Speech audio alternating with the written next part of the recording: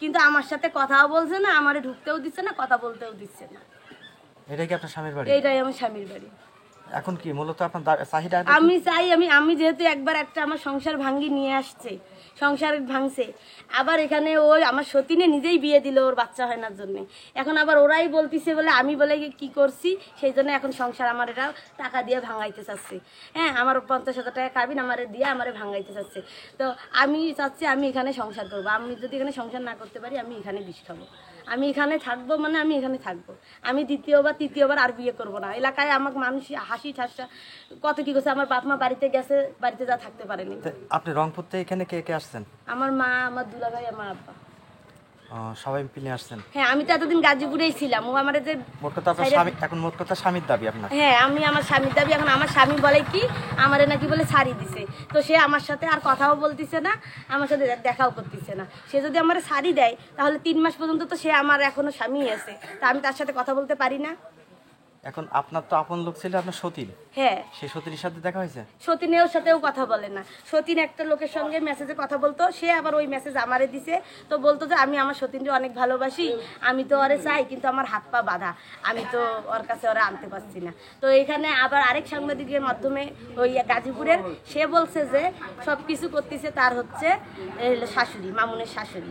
মামুনের ভয় দেখাইছে, মামুন যদি আপনাকে এখন নেয়, কাগজ উঠায় নেয়, তাহলে তার পরিবার আর মামুনের ক্ষতি হবে। এখন আপনি সিদ্ধান্ত নেন কি চান। তবে মামুন ছেলেটা ভালো, মামুন আমারে অনেক ভালোবাসে, অনেক ভালোবাসে। আর আমি তৃতীয় বিয়ের কথা প্রশ্নই আসে না। আমি কয়বার বিয়ে করব?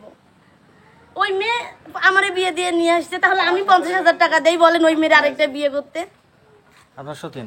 হ্যাঁ, ও যদি আমার বিয়ে দিয়ে নিয়ে আসতে পারে, ও স্বামীর ভাগ দিতে পারে, তাহলে এখন আবার আমার ছাড়ানোর জন্য আমার একটা 50,000 টাকা বুদ্ধি করে কাবিন করছে, তাহলে সেই 50,000 টাকা আমি দিয়ে দিচ্ছি, তাহলে ও ছাড়ি দেখ, ও দ্বিতীয় বিয়ে করুক। আমি কয়বার করবো? আমার বাচ্চা কাচ্চা সংসার সবকিছু গাড়ি নিয়ে দেয়, এখন আমার ভিতরে ঢুকতে দেয় না, আমার হাজবেন্ডের সাথে কথা বলতে দেয় না।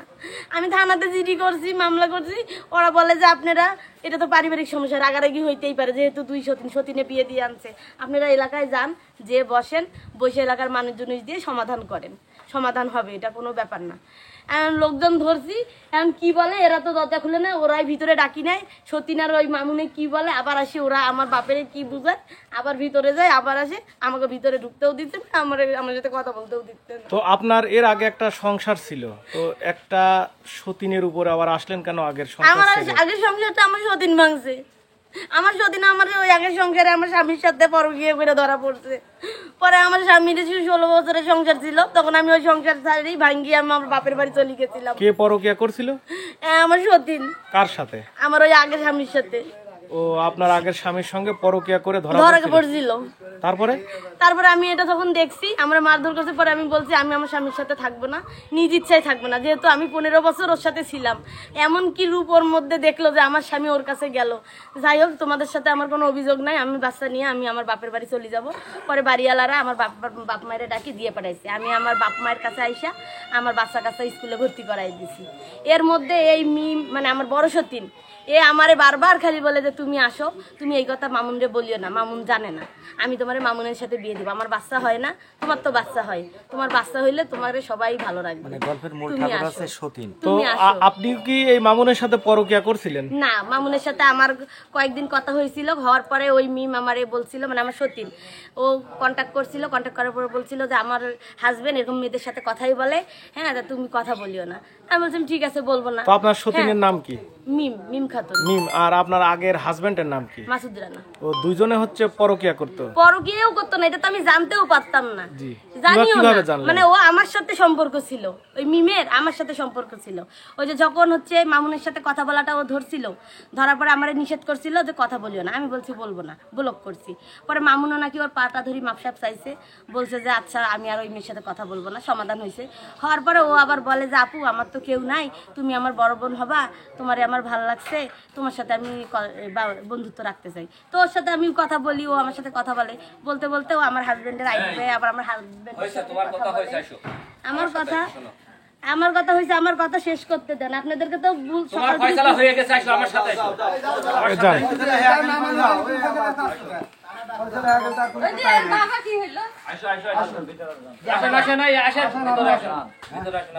আচ্ছা আমরা কি আসতে পারি?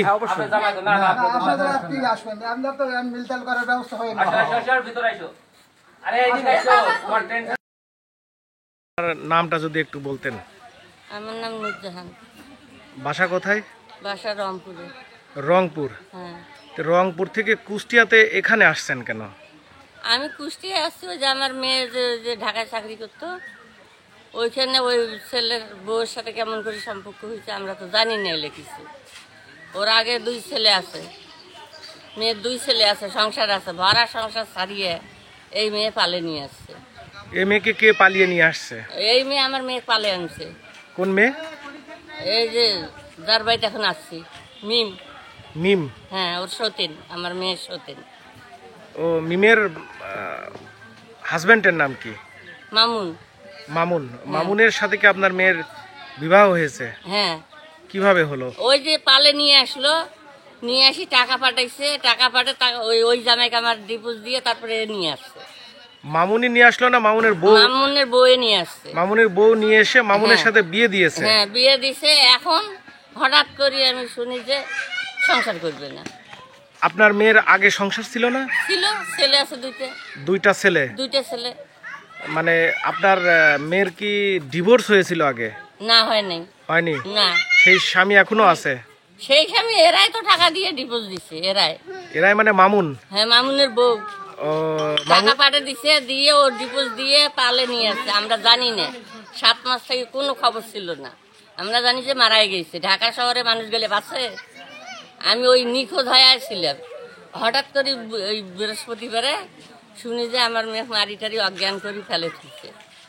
আমি গেলাম, যায়া দেখি অজ্ঞান অবস্থা। পরে কয়দিন থেকে বলে খায় না, হাত পাও গলা টলা কাটি কুটি কি অবস্থা করছে। পরে দোকান থেকে রুটি এনে 2 পিস খাওয়াইলাম। এরা না বাইর পাখে মিম আর মিমের মা শাশুড়ি গ্রামের লোকজন বাইর পাখে না দুয়ার নাকে দিয়ে ওরা নাই। তো আপনি এখানে কখন আসছেন? এখানে আমরা কালকে আসছি। কালকে এসে কোথায় ছিলেন? আমরা ওইদিকে হোস্টেলে ওইদিকে ছিলাম, এই যে কুষ্টিয়ায়। আজকে কখন আসছেন? আজকে সকাল 6টার দিকে আসছি। সকাল 6টা থেকে এখন পর্যন্ত এখানে বসে আছেন? হ্যাঁ। ও মামুনের সাথে দেখা হয়েছে? না, মামুনের দেখা ওয়াইফের সাথে? কারোর সাথে দেখা হয় নাই। মামুনের বাপের সাথে দেখা হয়েছে, এখন বাড়ি ঢুকতে দিতেছে না। মামুনের বাবার সাথে দেখা হলো, মামুনের বাবা কি বললেন? এখন উনি মানে না, কয় আমার ছেলে কি করছে না করছে ওটা আমি জানি না। উনি ছেলের বউ বলে মেনে নিচ্ছেন না? না। আর মামুন আছে কোথায়? মামুনের যে ভিতরে আছে, ঘরের ভিতরে। মামুন ভিতরে আছে? হ্যাঁ। তো মামুনের সাথে এখানে আসার পর দেখা হয়েছে? না, হয় নাই। মামুন কি স্ত্রী বলে মেনে নিচ্ছেন? না, নিবি না। তার এক কথা, আমি সংসার করব না। তো সংসার করবে না তো বিয়ে করলো কেন? এখন আমার এইটাই প্রশ্ন, তোর বউ যে তোকে দিয়ে বিয়ে দিল, তুই তখন করলি কেন? এক সংসার ভাঙি নিয়ে আসি দিলি কেন? এখন যে আমার মেয়েটা যাওয়ার কোনো পথ নাই। মামুন যদি মেনে না নেয় তাহলে আপনার মেয়েকে নিয়ে কি করবেন? আমি কি করবো? সে মেয়ে তো যাইতেছে না, তার তো আত্মহত্যা ছাড়া তো পথ নাই। ও যে যায় যে দাঁড়াবে সেই তো পথ নেই। ভাইয়েরাও তো জায়গা দিবে না। আপনার কয় ছেলে মেয়ে? আমার 6 ছেলে মেয়ে। 6 ছেলে মেয়ে? ছেলে কয়টা মেয়ে কয়টা? 2 ছেলে বড়, আর এটা 3 নম্বর মেয়ে। 3 নম্বর? হ্যাঁ। তো আপনার সেই জামাই কি বলে? আপনার মেয়ের আগের জামাই? না, ও তো আর এখন যোগাযোগ করে না। যোগাযোগ করে না? তার সাথে কি ডিভোর্স হয়েছে? এই যে দিছে, বলতেছি না যে টাকা 5,000 দিছে, এই টাকা দিয়ে ওকে ডিভোর্স দিছে। এই মামুন ডিভোর্স দিয়েছে? হ্যাঁ। মামুনের কথা শুনে আপনার মেয়ে তাকে ডিভোর্স হ্যাঁ, দিয়েছে? হ্যাঁ, এগুলো আমরা জানি না। তো এই বিষয়ে কি থানা পুলিশের কাছে কোনো অভিযোগ করছেন? অভিযোগ করছি, আমি মেলা করছি। তো থানা পুলিশ কি বলে? কয়েক গ্রামে যদি এটা সমাধান করে তারপরে থানা পুলিশ নিবে। তো এখন যদি আপনাদের মামুনের বাড়িতে ঢুকতে না দেয়, মামুন যদি আপনাদের সাথে দেখা না করে, সেক্ষেত্রে কি করবেন? কি করবো? ইয়ে করবো, কেসে মামলা করবো, কোর্টে যাবো, তাছাড়া তো উপায় নাই। আমার ক্ষতিপূরণ দিবে। মেয়েকে এত বুঝাইতেছি, মেয়ে যাবে না। আসলে দোষ কার, আপনার মেয়ের না মামুনের? বেশি দোষ ওদের 2 জনকার, মামুনের আর মামুনের আগের বইয়ের। মামুন আর মামুনের আগের বইয়ের বেশি দোষ? হ্যাঁ। আপনার মেয়ের দোষ নেই? দোষ আছে, আমার মেয়েরও দোষ আছে, এই যে মানুষের বুদ্ধি শুনে যে এই কাজ তো করলো। আপনার মেয়ের একটা সংসার ছিল, হ্যাঁ সেই সংসারে 2টা সন্তান আছে, আছে। তো আর একটা বিবাহিত বউ থাকা অবস্থায় একটা ছেলের সাথে কেন সম্পর্ক করলো? এখন কেন যে সম্পর্ক করলো সেইটা তো আমি জানি না, আমি তো আর অতগুলো ঘটনা জানি না, জানলে তো এরকম হইলে না হয়, জানিয়ে যদি ঠেকা দিবে যায় তো ওই যে পালে নিয়ে আসছে। ওকে, ঠিক আছে। তোমার যে তুমি লিখিত দিয়ে যাবা, আর হচ্ছে আমার ছেলের জন্য কোনো কিছু না হয়। আর আগের বউ যেটা মিমের কথা বললো যে ও লিখিত দিবে যেন আমার হচ্ছে সে ছেলের কোনো কিছু মানে না হয়। আপনি কি স্বামীকে ছাড়তে বলছিরা? না, তবে? বলছে একসঙ্গেই থাকো, তোমরা মিলেমিশে থাকো, কিন্তু লিখিত দিবা যেন কোনো ক্ষতি হয় না আমার ছেলের। দুইজনে লিখিত দিবা, দুই বউয়ে। লিখিত দেওয়ার পর তৃতীয় পক্ষ যদি ওই মামুনকে ক্ষতি করে? এটা কে বলবে? এটা তো আমি বলছি যে এই যে যেভাবে মিমের ওরা আসে হুমকি টুমকি দিচ্ছে, আমি আমারটা লিখিত দিয়ে দিতে পারি। ওরা কারা? এই যে মিমের ভাই বা আমার বড় সতীনের হচ্ছে মা, ওরা এই যে দিয়ে গেল মোটরসাইকেলে, আমিরুল ভাই বললো যে এখান থেকে বাইরে বের হ, মামুন রে আমিরুল। কি করি তোরা? সতীন কি বলছে? সতীনের সাথে এই আমিরুল, সতীন ওর সাথে কথা কি? ওই যে ব্যাগ নিয়ে আসো, বৃষ্টি পড়তেছে। দেখা হয়নি? তা আমি বলছি যে আমি লিখিত দিব, কিন্তু ওই পক্ষ থেকে যদি কিছু করে তাহলে তো আমি কিছু বলতে পারবো আচ্ছা, না। আপনার স্বামী তো আপনাকে ডিভোর্স দিয়েছে, এখন মেনে নিলে তো ডিভোর্স উদ্যোগ করতে হবে, এটাই তো বাধা। আবার কবুল পড়াইতে হবে। ওই যে ওরা যে বলছি, ওরা যা বলতেছে তাই। ডিভোর্স হয়েছে আপনি জানলেন কিভাবে? ও এখানে আসছিলাম একদিন, তখন হচ্ছে রাত্রে এখানে আসছিলাম, পরে আমার শ্বশুর বলছিল তোমাদের ডিভোর্স হয়েছে, চলে যাও। আপনি জানেন না? না। তাহলে মোট কথা আপনি সংসার করতে চাচ্ছেন? হ্যাঁ। আচ্ছা, ঠিক আছে।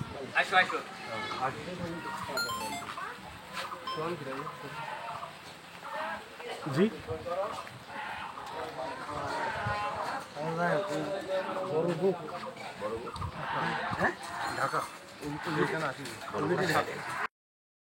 আপনি স্থানীয়? স্থানীয় আচ্ছা, মানে মাতব্বর? মাতব্বর না, ওই এলাকায় একজন মানুষ। আচ্ছা, পিছাও। তো এই যে মামুনের যে দ্বিতীয় স্ত্রী আমাদের কাছে যে অভিযোগ করলেন এবং তাকে মূলত তাকে নেওয়া হচ্ছে না, এবং এখন অলরেডি তার স্বামীর দাবি নিয়ে তার বাড়িতে উঠছে, তা আসলে আপনার স্থানীয় পর্যায়ে এসে আসলে কি সমাধান বা কি করলেন? স্থানীয় পর্যায়ে তার ফ্যামিলিগতভাবে আমরা বসে, সে তার যেহেতু বিয়ে করছে সংবিধান অনুযায়ী, ইসলামিক শরীয়ত মোতাবেক, সেহেতু আমরা হচ্ছে তাকে বললাম তুমি যেহেতু বিয়ে করছো সেহেতু বউ তোমার নিতে হবে। তো সেই হিসাবে সে নেবে, নিয়ে এবং সে ঢাকাতে যেখানে চাকরি করছে দুই উভয় পক্ষকে হাতে হাত দিয়ে পাও জোড়া ধরে মাপ চাইলো, এক মাপ চাই দিয়ে আসলাম। ওরা এখন হচ্ছে আপনার যেখানে চাকরি করছে সেখানে মেনে নিচ্ছে ফ্যামিলিগতভাবে। আমাদের কি সমাধান হলো যদি একটু বলতেন? আমার স্বামী আমারে মাফ করে দিছে, মাইনে নিছে। আগে যে ডিভোর্স হয়েছিল সেটা সেটা সে তুলে নিবে, সেটা হয়নি। এটা কি মৌখিকভাবে মেনে নিল না কিভাবে? মৌখিক ভাবে না তো, সবাই এখন এলাকার দশের মাধ্যমে দশে নিল। সবাই লিখিত দিল। এমনও তো হতে পারে যে এখন সাংবাদিক আসছে, সাংবাদিকের উপস্থিতি দেখে আপনাকে মেনে নিল, পরবর্তীতে আবার দেখা যাচ্ছে ঝামেলা হবে, তখন এটা আমি তো বলতে পারি না। তাহলে আপনি কিভাবে মেনে নিলেন? কি সমাধান হলো একটু বলতেন? ওরা বললো যে হচ্ছে আমরা মানি নিছি, বিয়ে করছে যেহেতু আমার ছেলে মাফ করে দিবে। তো মামুনও মাফ করে দিল, বললো যে নিয়ে সংসার করে খাবে।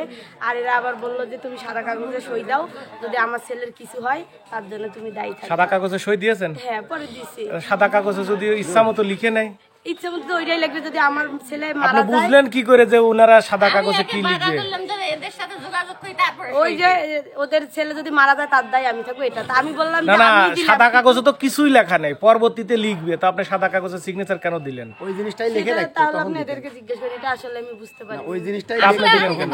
তাহলে সমাধানটা কি হলো?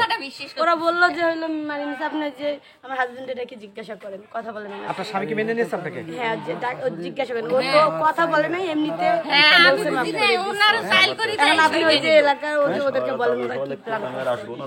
এখন নিয়ে তো আমার সাদা মাথায় কাগজে ঢুকছে। লিখে নেবে, আমি আর আসবো না, দাবি সুদা নাই। তা আপনি সাদা কাগজে সই করলেন কেন? ওদেরকে জিজ্ঞেস করেন সাদা কাগজে কি- ওদের কাছে জিজ্ঞাসা আমি আপনি বুঝতে পারিনি না, আপনি যে- জিজ্ঞেস করবেন না নিয়ে আসেন, আপনারা নিয়ে এসে আপনারা আমাকে নিয়ে আসলো, দূর থেকে এই হয়রানটা আমাকে করাইলো। আপনি না বুঝে কেন সই করলেন? ভিতরে ঢুকে গেলেন আমাদের না নিয়ে। না, সমাধান করে দিছেন। এখন এই যে এরা তাহলে ওই যে করছে, এখন কি করছে ওরাই জানে, আমি জানি ওনাদের না। যে কাজ ওনারা করে। সমাধান কি হলো? আপনার স্বামী আপনাকে মেনে নিল কিভাবে? এখন কোথায় যাবেন আপনি? আমি এখানে থাকবো, আমার স্বামী আমার নিয়ে ঢাকায় যাবে। এখন এখানেই থাকবেন? আপনার বাবা মা? আমার লাভ নাই তো। মেয়েটা আমি ডাকে নিয়ে আসলাম, ও তো আমার কথা বুঝলো না, না বুঝি তো সই করলো। তুই যদি সই করবি তাহলে আমাকে অত দূর থেকে নিয়ে আসলি কেন? সাদা কাগজের সই, এই বিষয়টা কি আসলে আমি মানতে পারি না, আমি মূর্খ হলে মানতে পারি না। ওরা যে হওয়া করতে একটা কলি খাতা যায়, বেশি কথায় কয় না। এরা যে এখন কত বিরাট বড় কাজ করবে সেটা এরাই জানে, এলাকাবাসী জানেন না, এরা সবাই একমত। আমরা তো দূর থাকি আছি। সাদা কাগজে আপনাদের কে সিগনেচার নিয়েছে? ওই যে ওরাই নিল, মামুনের বাপে। আপনি দিলেন, বাধা দিলেন না? আমি বাধা দিছি, আমার কথা তো শুনলো না মেয়ে তো শুনলো না। আমি যা এতগুলো টাকা খরচ করি আসলে কাগজের সিগনেচার নিল, সাদা কাগজের কোনো মূল্য আছে নাকি? না, কোনো মূল্য নাই সাদা কাগজে। না থাকার কারণ? এখন ওরা বলছে সই দাও, এরা যা কিছু হবে আমি দেখবো। এখন আমরা যদি 1 ঘন্টা পর চলে যাই, যদি আবার ঝামেলা হয় তখন আমরা কি করবো? ওই কাগজটা তো ফেলেও দিতে পারে, হ্যাঁ, দিতে পারে। তখন আপনারা ধরবেন কিভাবে? এখন কাউকে আটকাতে, এখন তো ধরার তো বুদ্ধি নেই। এখন তো আমরা চলে যাবো, মেয়ে ছুঁয়ে আমরা গেলাম। খালি গেট লক না আপনারা ঘরের ভিতর যান।